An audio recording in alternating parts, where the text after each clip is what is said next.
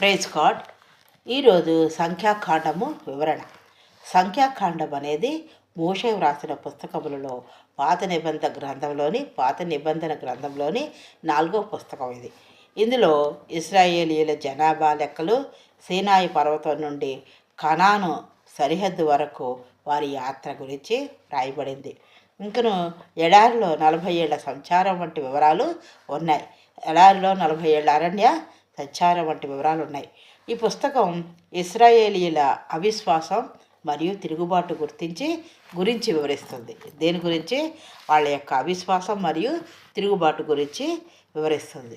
దేవునికి విధేయతలోనే ఆనందం ఉంటుందని ఇది నొక్కి చెప్పుతుంది. దేవునికి ఎప్పుడు విధేయత కలిగి ఉంటే ఆయనకి అదే ఆనందంగా ఉంటుందని ఇక్కడ ఈ నొక్కి చెప్తుంది మాట ఈ సంఖ్యాకాండంలో.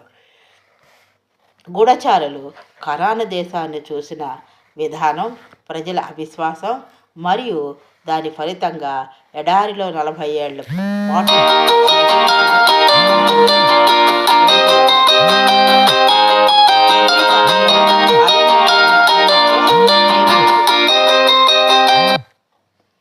హెబ్రీ భాషలో అరణ్యంలో అని అర్థం వచ్చే పేరుందట ఈ సంఖ్యాకాండానికి. ఈ పుస్తకం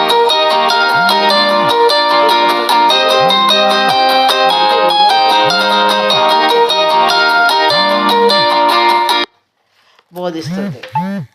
ఇశ్రాయేలీయుల అనుభవాలు ద్వారా నేర్చుకున్న పాఠాలు నేటికి వర్తిస్తాయని వివరిస్తుంది. సంఖ్యాకాండం అనగా సంఖ్యలు అని అనువదించారు. సంఖ్యాకాండం అంటే అందులో సంఖ్యలు అని అనువదించారన్నమాట. ఆయా కాలాలు గురించి ఆయా నెంబర్లు అవన్నీ సంఖ్యలు ఉంటాయని అనువదించారు. అందుకే సంఖ్యాకాండమను పేరు పెట్టబడింది. సంఖ్యాకాండమని అందువల్లనే పేరు పెట్టబడింది అన్నమాట.